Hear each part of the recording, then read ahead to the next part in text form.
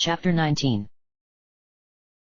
Incendia put out the tiny flare after they had warmed up as much as they could, and they began to climb the winding staircase once more. The increasingly bitter cold coupled with the dim light and physical exertion felt like a heavy weight pressing down on them, making them sluggish and irritable. The staircase itself must have been marvelous when it was new. It wound along the mountainside, occasionally winding inside passageways of what were clearly once exquisitely carved friezes, but had long since been worn away to near illegibility. At one point, the path led them through an enormous rocky overhang that cast them all into pitch-black darkness. After about an hour of grueling climbing, they climbed over the crest of a small ridge to find that they had reached the castle at last. The building was even more majestic up close. It was in nearly pristine condition. The cold, however, was more biting than ever. The three ponies stared up at it in awe. Incendia was the first to speak. "An actual old-world ruin," she said, her eyes wide. "I never thought I would actually get to see one." This caused Jigsaw to tear his eyes away from the castle to look quizzically at Incendia. "You basically lived in an old-world city. What do you mean, never thought you would get to see one?"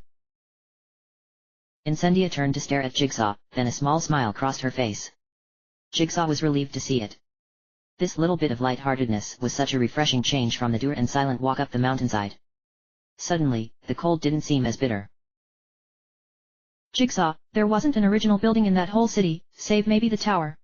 You probably know more about the old world than I do." Jigsaw chuckled at this. "I don't know about you, but I'm pretty tired. I think we should camp here tonight and go in when we're well rested." "Oh, I thought you would never say so," Tiptoe said, falling to the ground in a theatrical faint. They all laughed.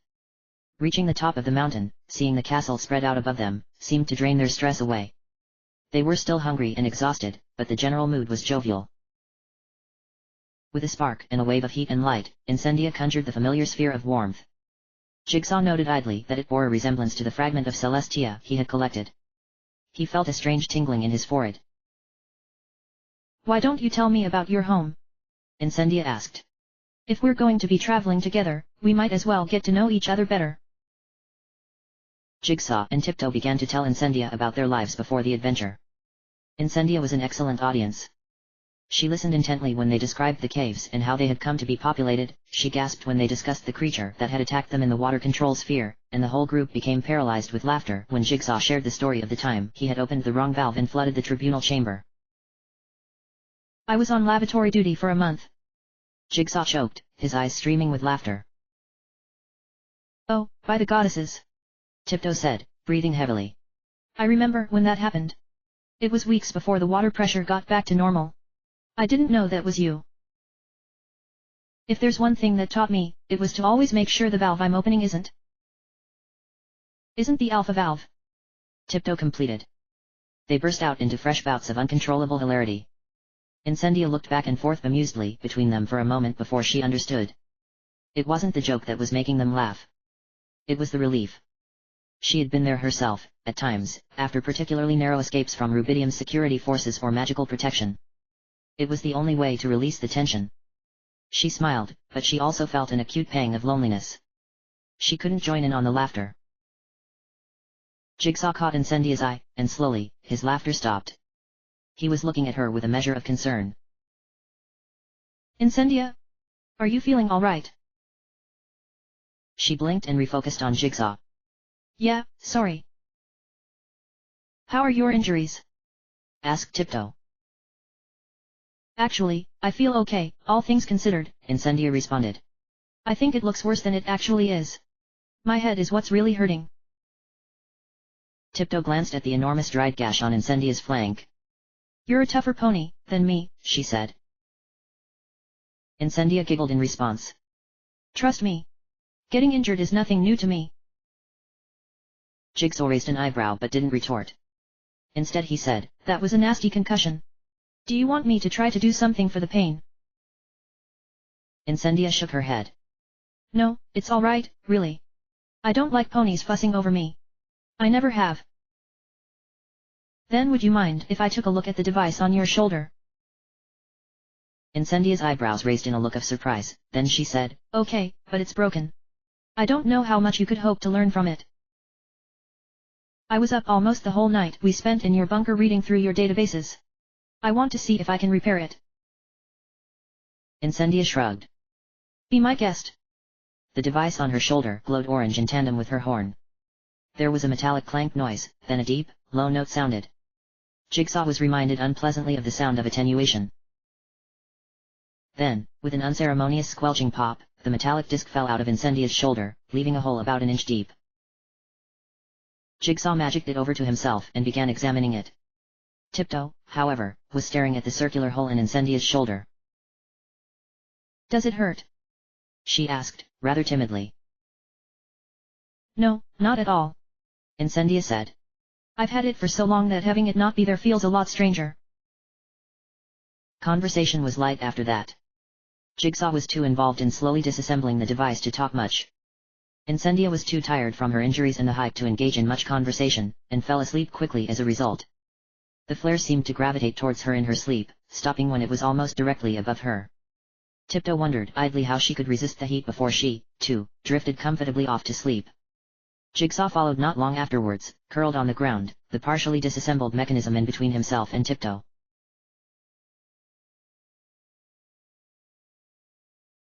Far away, in his mountain lair, Tantalus paced. Things had not gone according to his plan, not at all. All the two ponies were supposed to do was break the protection around Stalliongrad. He had no idea they could actually escape with a fragment of Celestia. He glanced over at the cracked, worn sapphire resting on its pedestal and felt a stabbing pain in his head. The anger seemed to ebb. Maybe it was for the best. Maybe he should let them be brought together? No, he thought. I've worked too hard for too long to let it come to this. He straightened up and turned away from the pedestal. He had work to do. He walked over to the mouth of the cave and spread his wings to their fullest extent. At their widest, his wings were almost 60 feet across. All along the edge, green flames erupted into life, casting a strange, flicking light on the cave walls. Then, something distracted him. A wailing alarm from somewhere deep in the cave caught his attention. He stormed back into the depths, breaking his own protective enchantments as he went, resetting them behind him with hastily blown bursts of fire, which formed into wriggling symbols of angry red flame before they spun apart, forming a shimmering barrier in the air. He reached the spot he was looking for. The blue gem on its stand of honor. Rarity's last gift to him. A whining, hissing, and buzzing was coming from the stone. Golden light shone out of the spiderweb cracks in the surface. Tantalus recoiled in shock and anger. He had enchanted the stone long ago, of course he knew what it meant. He inflated with anger. How dare they attempt to take what was rightfully his?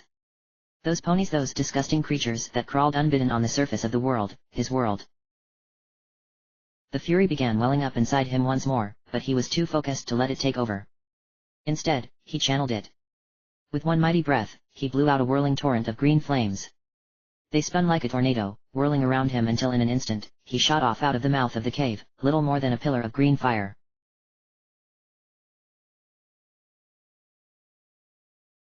When Jigsaw and Tiptoe woke the next day, Incendia was already awake. Her normally coal-black body was engulfed in bright orange and red flames, and a thin line of fire extended from where her horn normally was. She was waving it over her head, bringing it down with a sharp crack onto the ground before her, leaving deep gouges and smoldering embers. She was magnificent to behold. She appeared to radiate not only heat, but also a focused intensity, a feeling of strength and power that the other ponies felt they could draw upon. Incendia caught sight of them as she twirled on the spot, and the flames began to recede. Soon, her coal-black coat returned, though her mane made it look as if she was still burning. With a slight tinge of unease, Tiptoe noted the last place where the flames receded was her eyes. The black pupils took a long time to re-emerge from the swirling orange, yellow, and red surface her eyes became when she was on fire. "You're up," she said excitedly. "Finally. I've been up for hours already, practicing." She glanced up at the massive door at the foot of the castle. "Are we going in?" Jigsaw looked to Incendia, then to Tiptoe, then up at the castle. He let out a sigh and said, "I suppose so, but don't treat this lightly. Who knows what we'll find in there?" Incendia's smile weakened, but she didn't drop it. "I know, I'm not. I'm just itching for some action." Tiptoe raised an eyebrow incredulously. "It's been 3 days since your home city was destroyed by a dragon and you're injured. You're itching for action." Incendia winked at Tiptoe and said, "What can I say? I've always been a She paused and snickered. Fiery one. Tiptoe groaned loudly at this. I swear by the goddesses themselves, if you start making fire puns, I will smother you in your sleep. Jigsaw, however, was staring disapprovingly between the two. Incendia ignored him and, turning on the spot with an exaggerated flick of her tail, began walking towards the door.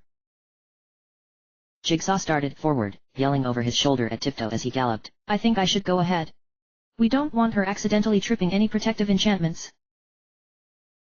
Tiptoe rolled her eyes and took off, moving quickly to catch up with the two ponies approaching the door. It was massive. Like most things of the old world, it must once have been beautiful. Ancient, faded carvings covered the surface, and it was at least twice the size it needed to be functional. Over the doorway, in intricately carved old language script, were words that Jigsaw immediately understood. Canterlot Castle, he said with a start. This is Canterlot. Tiptoe whipped her head around to Jigsaw and let out a disbelieving what? But Incendia simply stared at him quizzically. I've never heard of that, she said slowly. Should I have? Now it was Jigsaw and Tiptoe's turn to look puzzled. Well, yes. Canterlot was the seat of power in the old world. It was where the goddesses reigned, Jigsaw said. Then, with a furtive glance up at the spires, he added, it was also where they were said to have met their ends. They all turned their gaze back up at the door. It was much too large for them to move on their own. Do you want to try magic? Incendia said, studying the small seam that ran down the center of the door. I suppose, Jigsaw answered. Tiptoe, if you could push too, that probably wouldn't hurt. Tiptoe nodded and stepped up to the door, extending her wings wide, and braced herself against it. Incendia and Jigsaw's horns both began to glow, and the door was surrounded by a strange mottled green and orange outline.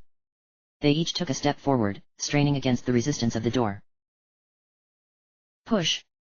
Incendia grunted through gritted teeth. Beads of sweat were beginning to form on her coat. Tiptoe flapped her wings down once. It kicked up an enormous spray of dirt and rocks, but the door lurched open a fraction of an inch. Again, said Incendia. Tiptoe flapped down again, and again, and again, the door moving a little bit more every time, until finally the door had opened wide enough for them to squeeze through. Jigsaw and Incendia put out their horns and panted. Tiptoe turned to face them and said, that wasn't so bad. We were doing most of the work. Jigsaw said, though not unkindly. You were fantastic, Tiptoe, Incendia said, smiling, though she was still breathing hard. With a private smile, Tiptoe stepped aside to allow Jigsaw and Incendia to enter before her. She had the hardest time squeezing into the small space in the door. Her wings were pressed so hard into her flank that they left an imprint, but she managed to make it through. What she saw didn't surprise her in the slightest. The inside of the castle was pitch black. The only light was coming from the small crack of the door and Incendia and Jigsaw's horns. The one thing that did surprise her, however, was the temperature. The inside of the castle was warm. It felt perfectly comfortable, and she was immensely grateful after the cold she had been forced to endure for the last several days. Is there anything we can do about the darkness? Said Incendia, her horn beginning to brighten. In response, Jigsaw closed his eyes and pointed his horn downwards. At first, Tiptoe couldn't understand what he was doing, but as she watched, he began moving his horn along the ground, over to the wall on the left, and up until it was about level with his head. Then a single brick slid smoothly out of the wall and clattered to the floor beneath them. A small tangle of wires and other wiring Tiptoe didn't recognize. Then, without warning, a brilliant bright blue flash issued from Jigsaw's horn, temporarily blinding the two other ponies. When Tiptoe had blinked away the bright spots on her retinas, what she saw made her breath catch. A startlingly bright, twinkling aquablue light was shining out of Jigsaw's horn. It was pulsating gently but rapidly, and with each pulsation, the blue light snaked through the wire and out into the walls, growing brighter in intensity every pulsation. Tiptoe glanced over to Incendia and was amused to see that she was staring at Jigsaw with her jaw slack. Then, with another blinding flash of light and the sound like in a dozen pots and pans falling to the ground, the lights that lined the room kicked into life. Jigsaw took a stumbling step backwards, steadied himself, and took a deep breath in and out. He smiled when he saw the looks on Tiptoe's and Incendia's faces. That felt good. How in Equestria did you do that? Incendia said, staring from the tangle of wires to Jigsaw to the lights and back again. That was some of the most not even Gizmo could have done. She sat down on her haunches, staring at Jigsaw in disbelief. Jigsaw shrunk away, obviously embarrassed. Years of practice, he said sheepishly. Really, I'm not that good. It's just my special talent. The spell was pretty easy when you know what you have to do. All I had to do was give the system a little jolt, all the wiring and stuff was still there. Incendia didn't look convinced, however. She got up and began trotting down the corridor without another word. Jigsaw and Tiptoe followed close behind. The hallway came to an abrupt end at what appeared to have once been part of a much larger chamber. The walls sloped around them sharply, forming a dome about 20 feet tall that appeared to have been made quickly and carelessly out of concrete. A single, bare old-world bulb hung above them by a black wire which went straight up into the concrete. Directly ahead, at the opposite side of the dome, there were 3 openings in the concrete, each leading as far as they could tell into darkness. What do we do? Asked Tiptoe. I think we should split up, said Incendia. Tiptoe giggled nervously and said, That's not how we do things around here. Right, Jigsaw? Jigsaw didn't respond, however. He was staring down one of the tunnels. No, Tiptoe, I think she's right, he said finally. Don't ask me how I know, but I think we're each supposed to go down one of these. Alone. It's the only way we can progress. Tiptoe held her mouth open, aghast, then shook her head violently. No. We can't split up. How can I protect myself? I don't have your magic. Jigsaw tried and failed to contain his smile. Tiptoe's fear quickly turned to anger. What's so funny? Is it Pick on the Pegasus Day again? She said, her eyes beginning to water. Because I got enough of that at school. Jigsaw was taken aback by her reaction. He cantered over to her and spoke softly.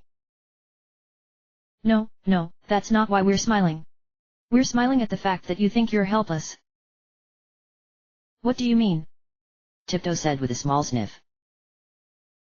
I mean that you managed to escape from a sea serpent while carrying me unconscious on your back without breathing. And that you managed to carry me out of that subway station when you had never flown more than a few dozen feet before. And that you managed to sneak me out of Rubidium's compound. You're not defenseless, Tiptoe. You're probably the most capable pony here. Tiptoe, you are a badass. Trust me, I have experience with these things. Don't ever let any pony tell you otherwise. Incendia added with a wink. Tiptoe looked back and forth between the 2 unicorns, then stared down the dark tunnel. All right, she said, I'll go. But how am I going to see? In response, Incendia's horn flashed orange and a tiny ball of light appeared and floated over to hover just above Tiptoe's head. That's one of the first spells I learned how to do. It will follow you around and light your way. Tiptoe smiled. Thanks, Incendia. Incendia nodded. Jigsaw moved back to the middle tunnel, with Tiptoe on his left and Incendia on his right. He stared down his tunnel for a moment more, then looked to his left and caught Tiptoe's eyes. As sure as he was that this was the right thing to do, he was still nervous. He thought Tiptoe could sense it. He tried to put a lot of unsaid emotions into that gaze. Then he glanced to his right, at Incendia. She looked tall, proud, and powerful, but the look in her eyes was unmistakable. She didn't want to split up either. He gathered all his courage and gave her a steady nod, then he began to make his way into the tunnel.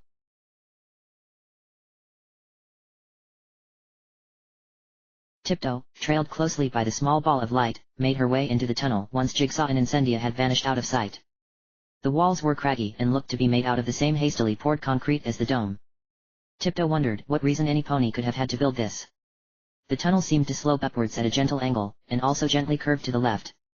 She figured she must be walking in enormous loops, going slowly but steadily upwards.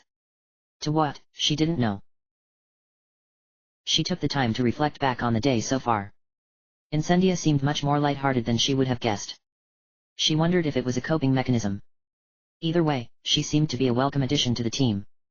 She also had to admit it was nice having another girl on the team. These thoughts gave her pause. When had she started thinking of them as a team? Life had changed so much so quickly. And not all for the worst, she thought. Her thoughts turned to the night she and Jigsaw had spent in the forest and she smiled. Eventually, she came upon a square doorway carved into the rock. When she cantered through it, she was surprised to find that she had entered an entirely new space. It was at least 2 stories tall and had wide glass windows on the far side that overlooked the frozen landscape beneath. What she was more concerned with was how she had entered the room. The doorway she had come through, which she would have sworn was a concrete square, looked like an ordinary door from this side. She pulled it open only to find that there was nothing but a solid concrete wall behind it. She felt the fear well up in her again. She looked frantically around the room and found what she was looking for: another door, red and gold trimmed. She galloped over to it and pulled it open. She was incredibly relieved to see another room behind it. She galloped in, slamming the door behind her with her mouth. She breathed a sigh of relief and began to take in her new surroundings. Then the horror hit again. It was the same room. She wheeled around. The door she had just come out of was the one she had originally entered the room with. She pulled it open again to find herself faced with the same wall of concrete that had blocked her way before. She began to hyperventilate. This had to be some kind of magical thing. Jigsaw would know what to do. Tiptoe. The voice had come from somewhere behind her. She spun once again and saw a sight that nearly made her cry with delight. Standing there, looking just as frightened as she was Jigsaw. She galloped over to him and threw her hooves around him. She began to cry. "Oh, Jigsaw, I'm so glad you're here. The room wouldn't let me go, and I was afraid I would be stuck in here forever, and I wouldn't ever see you again, and... Get off of me, you filthy Pegasus." Tiptoe froze. She couldn't believe what she had just heard. She immediately let go of Jigsaw and stepped back, tears still streaming down her face, though for entirely different reasons. "Jigsaw, how could you say?" she began, but she stopped when she saw his eyes. They weren't Jigsaw's deep, watery blue eyes. No, these were featureless silver discs. "You're not Jigsaw," she gasped. "And what makes you so sure?" said the thing that was in Jigsaw's form. It grinned, but this did nothing to help its appearance. Its mouth went far too wide, and each tooth was filed to a point. Tiptoe also noticed, with a cold shiver, that it didn't move its mouth when it spoke. "I'm what he's too afraid to say," sneered the voice. "That's what this place does. It lays bare one's heart." The thing began to walk in circles around the petrified pony. Tiptoe was too afraid to move. With every passing second, the thing was appearing less and less like a pony, its hooves growing longer, mouth wider, eyes larger. "What's the matter?" asked the thing. "Afraid of the truth?" "You're not telling the truth," Tiptoe squeaked. The thing stopped pacing. "And what would you know of the truth? You, barely out of school, never at the top of your class. I hated that you were assigned to me. I couldn't stomach the idea of working with a Pegasus." It nearly spat the last word.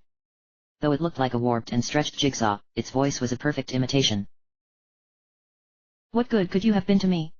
I didn't need an assistant. I didn't want one. All you ever could do was get in my way. And just look at the consequences." The thing made an expansive gesture with his hooves. "You've led us here. And my, what a trail of destruction you've left in your wake." The thing cantered closer to Tiptoe, eyeing her intently. "It was your fault, you know. The creature that attacked us could sense your fear. It knew you were weaker. I knew it would happen. You killed them, Pegasus. You killed everyone back home. They could never repair the water system with their star unicorn taken from them." Tiptoe was shaking with suppressed sobs now. The creature continued. "Not to mention Stalliongrad. Thousands died, Pegasus.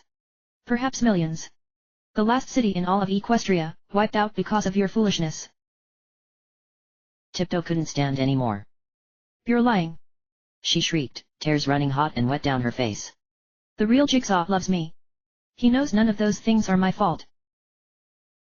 The thing cackled at this. "Love?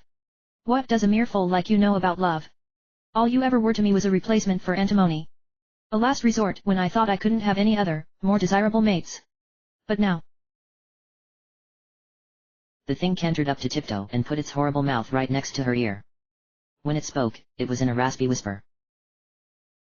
"Now I've found another unicorn. A pony, who can actually take care of herself. Some pony who won't hold me back. Why would I ever want you? A useless Pegasus, whose only contribution to the group so far has been to ruin even our best laid plans. Somewhere deep in Tiptoe's mind, a small part of herself that had not been consumed with despair spoke up. I can't just lie back and take this. Whatever this thing is, it isn't Jigsaw, regardless of how much it knows. Fight back. It's what they would want. Stop calling me Pegasus, she said quietly. The thing's smile dropped off its face. It quickly moved away from her and stared at her for several seconds. What did you say? It said after several seconds of tense silence. I said, stop calling me Pegasus.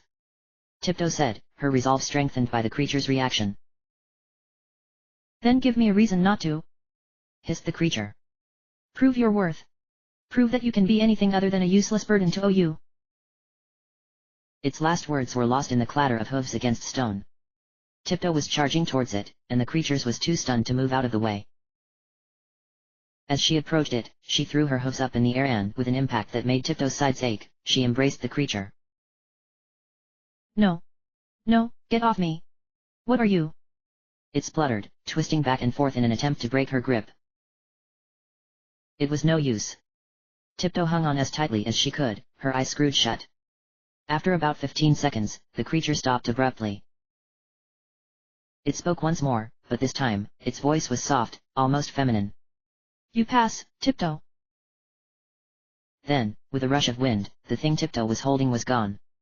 She flopped face first onto the ground in front of her, and she didn't get up right away. She rolled onto her side and began to cry, harder, deeper, and more desperately than she ever had in her life. She remained like that until the door at the other side of the room was blasted off its hinges.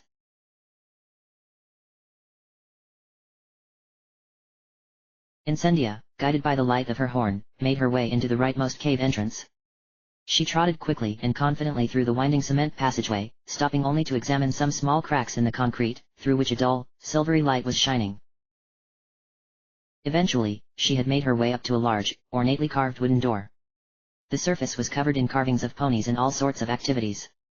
Incendia stared interestedly at the old language letters that were carved all around the door, though it was completely incomprehensible to her. She hadn't seen many authentic examples before. When she had seen her fill, she magicked the door open and stepped inside. Incendia blinked. The room was pitch black. After a moment, when her eyes had not adjusted, she increased the intensity of her horn. This didn't help anything. Incendia was puzzled until she looked down.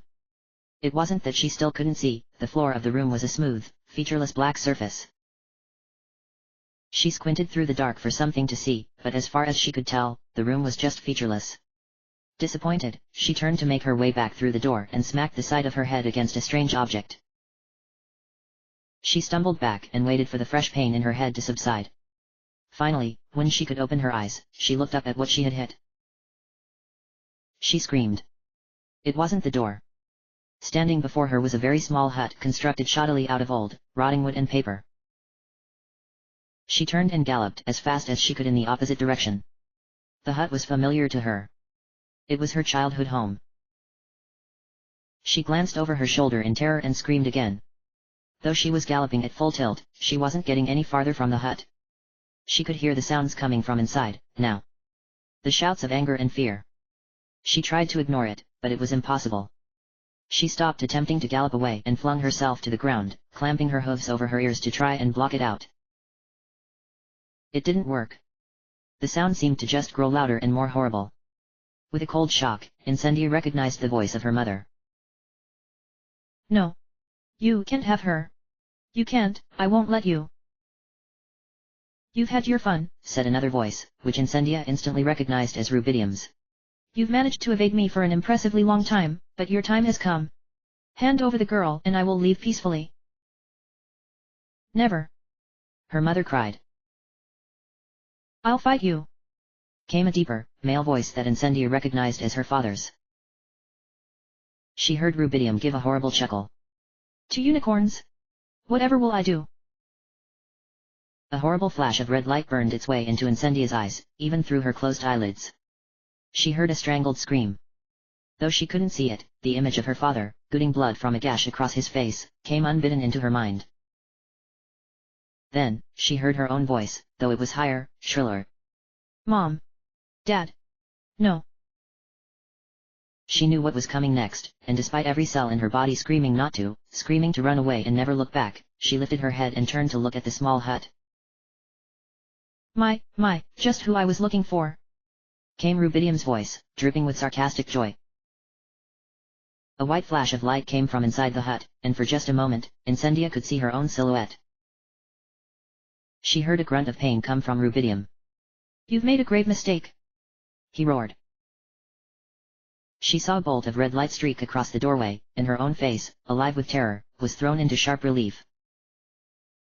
With that sight, the memories she had tried so hard to repress came flooding back, their clarity and accuracy confirmed by the events playing out before her eyes. She remembered her mother aging, wrinkles appearing on her skin, until she was nothing more than a desiccated corpse. She remembered Rubidium's cold chuckle, how his wounds had closed as new ones opened on her mother. And she remembered when she had reached her breaking point. Rubidium turned his eyes on her, and she lost control. Her horn exploded with orange light, and the small candle on the table in the corner flared into an enormous fireball. Rubidium's look of smug success changed to one of shock. He opened his mouth and said something Incendia never heard, then turned to run out of the hut. She remembered her younger self's short-lived feeling of success. She had won. He was gone. Then, with a horrible realization, she remembered her father. She looked to her left to see a dark shape, lying on the floor next to the table, twitching, completely engulfed in flames. She recoiled in horror. Her horn was still glowing, still feeding the fire, and only now did she realize she didn't know how to control it. She mustered up all her courage and determination and focused on turning the flames down. The older Incendia lowered her head again and grasped it with her hooves as the hut exploded. When the debris had stopped falling, she turned her head back towards the ruin of the hut. Lying in the middle of the flaming wreckage was a small, black filly, her horn weakly flickering orange. With a happy musical tinkle and flash of white light that was most unfitting for the circumstances, a stylistic rendition of a flame appeared on her flank. The adult Incendia was breathing hard, as though she had just run a marathon. Her mind had gone blank. She had been trying for years to forget this, and then, in one fell swoop, the entire event had come flooding back in agonizing detail. Then, she saw something that brought her out of her stupor. The filly version of herself stood up and looked directly at her. Incendia blinked twice. She didn't remember this. The pony, standing in the center of the burning debris, began walking towards her. With each step she took, the filly Incendia appeared to age. She grew taller, sleeker, and stronger, until she was roughly the same age as the real Incendia. This version of Incendia, however, was at once more beautiful and more horrible than the real Incendia. Her mane, instead of the coppery orange-red hair of the real Incendia, was nothing more than a layer of red flames burning on her neck. What are you? Incendia stammered. What am I? Oh, I think you asked the wrong questions, said the Incendia thing, with a smile that lacked an ounce of kindness. I believe the better question is, who are you? Incendia couldn't find any words. She opened and closed her mouth silently. The Incendia thing chuckled a cold, mirthless chuckle. At a loss for words? That's a rarity. I know you, Incendia. I am you. What's going on? Incendia managed to say. Why are you showing me these things? Because that's what this place does, it said. It shows you the truth you don't want to see. Incendia just whimpered, still cowering on the ground. The Incendia thing frowned at this. It stalked closer to Incendia and roughly jabbed a hoof in her side, causing her to grunt in pain and roll onto her back. She was now looking directly into the thing's eyes, which she now realized were a blank, silvery white. Look at you! It shouted, so loudly that Incendia's ears rang. Look at the so-called terror of Stalingrad, the voice of the ponies. Look what she has been reduced to. Crying and huddling on the ground like an animal. I'm disgusted. I expected better. These words stirred something in Incendia.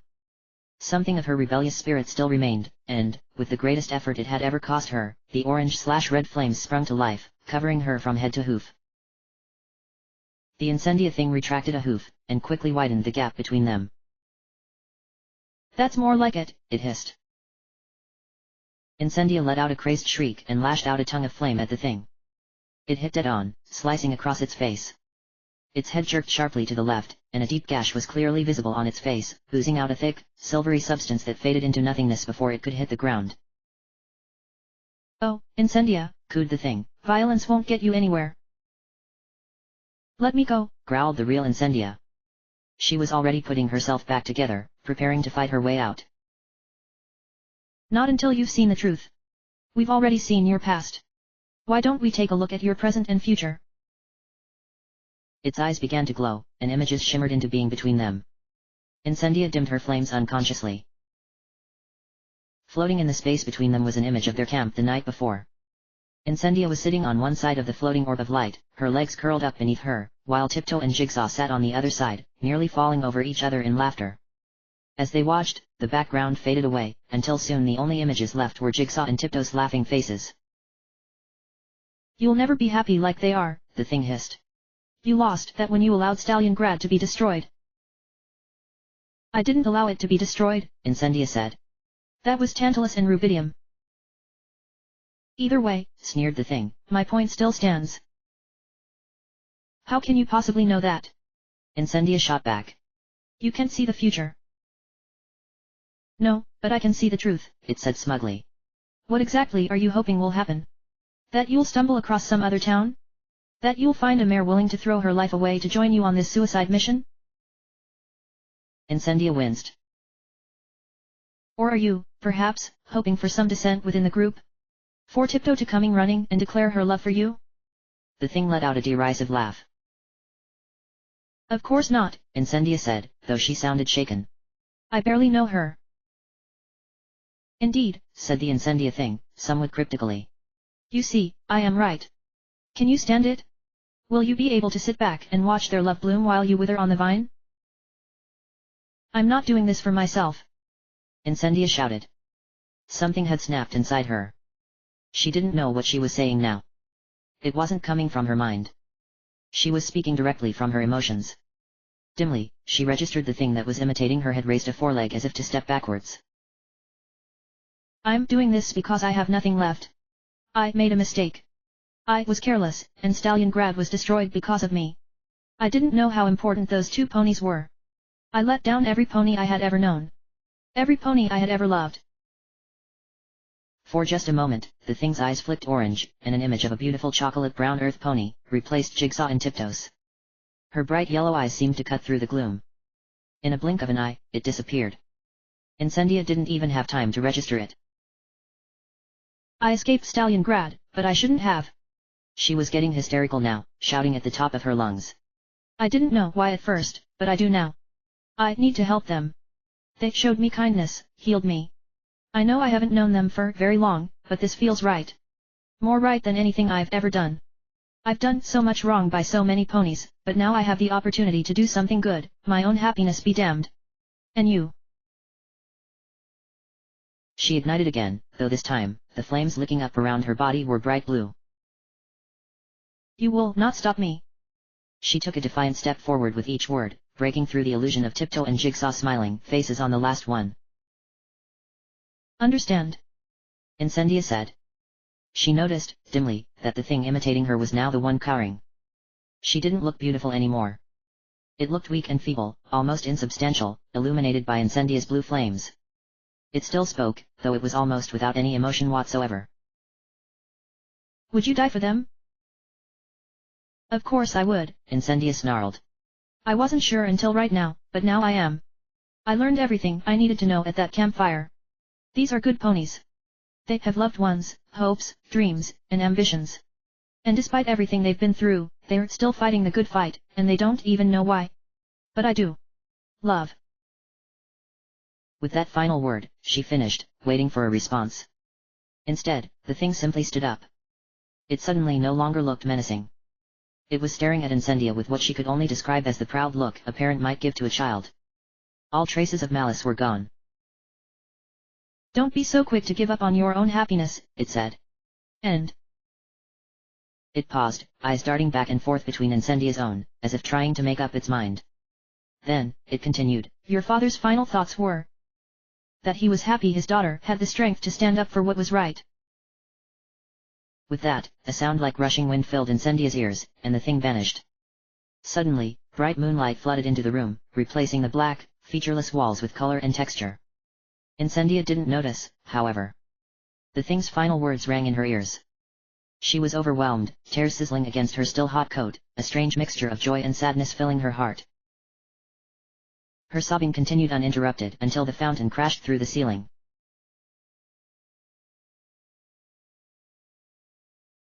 Jigsaw entered the dark passageway at a trot, and was delighted at what he found. A small crack in the wall, just large enough to squeeze through, led to what he assumed must once have been a guard outpost. Swords and shields lined the wall, but Jigsaw only had eyes for one item. A set of saddlebags sat, dusty and unused, in one corner of the room, and Jigsaw immediately picked it up and flipped it onto his back. Then, as though the act of lifting the bag had jogged his memory, he remembered he had left the parts for the teleporter back at their campsite. Hoping against hope they weren't out of range, Jigsaw lit his horn. Several minutes later, he let out a sigh of relief as the parts came flying in through the crack, landing snugly in his bag. He squeezed his way back through the crack, a difficult task now that he was wearing saddlebags, and continued up the dark passageway. It was grueling work, though not as strenuous as the climb up the mountain had been. The tunnel constantly switched back on itself, with a series of platforms that Jigsaw was forced to climb up. It was almost as though it was a staircase built for giants, but that wouldn't explain the low ceiling.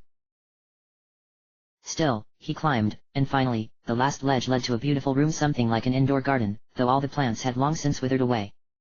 An ornate gem-encrusted silver fountain was in the center of the room, surrounded by comfortable-looking padded benches.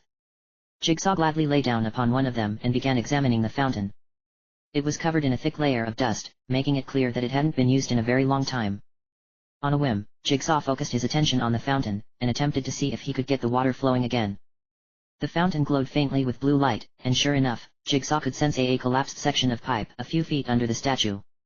He smiled. It had been quite a while since he had repaired a pipe system. He closed his eyes and the glowing around his horn intensified. He could feel the pipe swelling, repairing itself as ordered by his magic.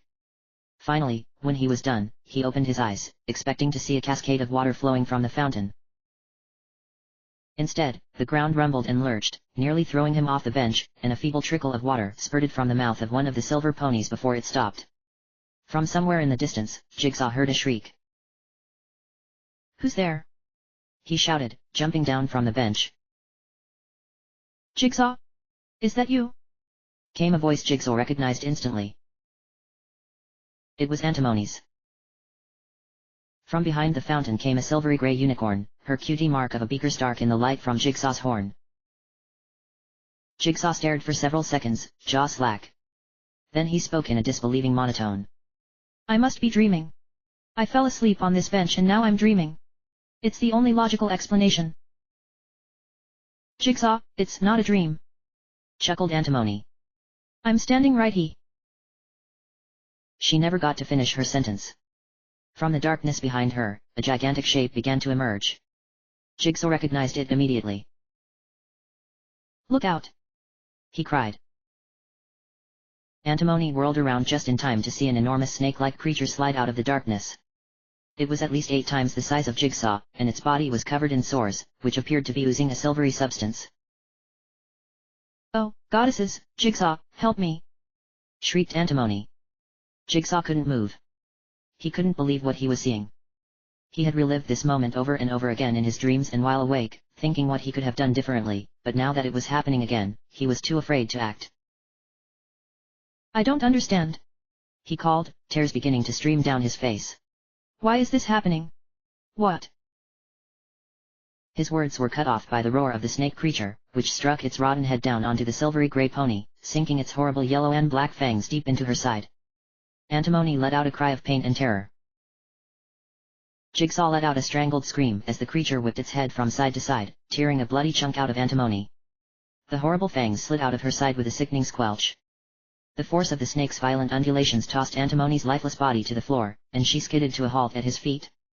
The snake began to eat the chunk of Antipodes it had torn out with horrible crunches and slurps. Jigsaw stared down at her, gasping for breath, not understanding what had just happened. The snake creature stared at him with piercing green eyes for just a moment before it faded away. Jigsaw lowered his head to Antipodes and began to sob into the safe fur of her mane. Then, with an odd, jerking twitch, Antipodes' body moved. Jigsaw backed away quickly. Something was wrong. Antimony stood up, leaning slightly to her left, opposite where the chunk of flesh had been torn out. When she opened her eyes, Jigsaw was shocked to discover they were featureless, silver discs. The first of many, it said, in an alarmingly casual tone. Why you re not antimony? Jigsaw said, taking another step back. Of course not, it hissed. I am the truth. What do you mean? Jigsaw said. Tears were still streaming down his face. I am what you're too afraid to face, said the thing. I am representative of all those who have died for you. Jigsaw didn't respond. He felt as though his throat had swollen shut. What's the matter? The thing said mockingly. Without warning, it was directly in front of him, shouting into his face. Afraid to act. It took a step back and began to pace back and forth in a horrible parody of Antimony's gait. Poor, little Jigsaw. So detached, so intellectual. Always top of your class. Poor, pitiful Jigsaw, who suffered a loss so early in life. One wonders if you feel anything at all. Of course I do, Jigsaw said, exerting a massive effort to keep his voice from cracking. He attempted to blink away his tears with no success. And yet you stood there and watched her die, again. It retorted. Tiptoe wonders sometimes, you know. She wonders if you really do love her. If you even can love anymore. And who could blame her? Not I, certainly. What do you want? Jigsaw asked, emotion creeping back into his voice, causing it to quaver. He couldn't keep up the facade any longer. The thing appeared to stop for a moment, as if to think of how to respond. Then it said, to illuminate that which is too often left in the dark. With that, the thing's form abruptly changed to that of Tiptoe's. Stalliongrad died to save you, it said in a perfect imitation of Tiptoe's voice, though without any trace of her signature kindness. You let an entire city perish rather than simply sacrifice yourself. You were too afraid to act. It began stalking steadily closer as it spoke. Your quest is futile, you know. What exactly is it you hope to achieve? To reassemble the broken goddesses? They are a relic of an age long since forgotten. It's only a matter of time until I end up like her. With that, the thing's neck jerked sharply to the side, and with a sickening crunching sound, it collapsed to the ground, legs and wings splayed at impossible angles. All that you will accomplish is to kill the world that much faster. You're wrong. Jigsaw shouted, his voice sounding hoarse and unfamiliar to him. You've been saying that I sit back and let others die for me, then you tell me I should give up? That doesn't make any sense. As he spoke, his crying intensified, though he had no idea why. The thing stood up and stared at Jigsaw, as if inviting him to continue. You don't know the truth. You only know how to tell convincing lies. I'm doing this right now so no pony ever has to die for me again. His sadness and confusion were beginning to turn into anger. His horn began glowing so brilliantly blue that he felt as though he could almost see through the Tiptoe thing, which bore a look of terror on its face. And don't you ever tell me I don't love Tiptoe. I'm done with taking things lying down. Never again am I going to sit back while things like you terrorize what I love. Jigsaw finished the sentence shouting, the cords in his neck taut with anger. The thing sighed, almost as if it had been waiting a very long time for this, then stared at Jigsaw intently. It will do, said the thing, with a finality that did not invite a response from Jigsaw. It began to walk backwards, away from Jigsaw, and he heard the sound of rushing wind begin. Then, suddenly, the wind died down, and Jigsaw recognized the expression on the thing's face, despair. It stood, staring at him for a long time before it finally spoke. Antimony wants you to be happy.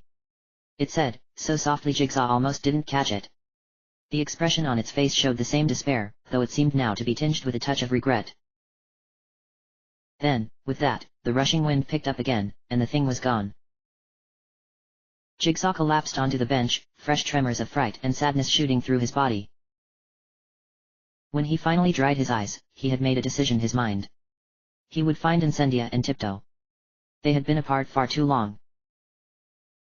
He didn't have the chance to get up, however, because at that moment, the fountain erupted.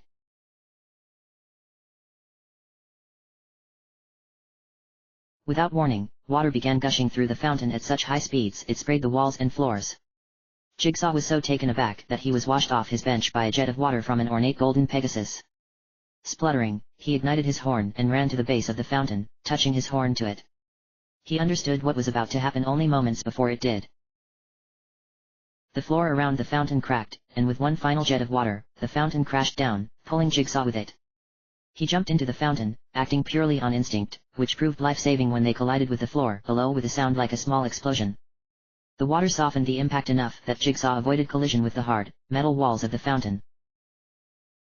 He climbed out of the basin, gasping for air, and was surprised to see a very shocked Incendia gawking at him. What just happened? She asked, her eyes wide. Never mind the fountain, Jigsaw said, his voice hard with determination. We have to find Tiptoe. The authority in his voice kicked Incendia into action. Right, she said. Any ideas of where to look? Jigsaw glanced around the room. Where did you come in? Incendia gestured to the door directly behind her with her horn. Then we should probably check that door, Jigsaw said, gesturing to a door in the back left corner of the room, opposite where Incendia had come out. They cantered over to it without another word. Jigsaw's horn began to glow, but the door wouldn't budge. It's locked, he said, peering at the keyhole. I think I can figure it out, just give me a few minutes. Oh, just let me do it, Incendia said, sounding somewhat exasperated, as she stepped between Jigsaw and the door. Her horn cast its familiar orange light, and the door blew apart in a flash of fire. They heard a scream come from the other side, and Jigsaw rushed inside. Tiptoe! Tiptoe, is that you? Jigsaw shouted in alarm. His head whipped back and forth frantically until he saw her, standing up about 20 feet away. He took off towards her at a gallop at the same time as she did. They met in the middle, throwing hooves around each other, sharing a passionate kiss. I'm so sorry. Jigsaw exclaimed as they broke apart. I should never have said that we should split up. I'll never leave you alone again. Once more, tears were flowing, but these were tears of joy, tears of relief. I don't ever want to be apart from you again.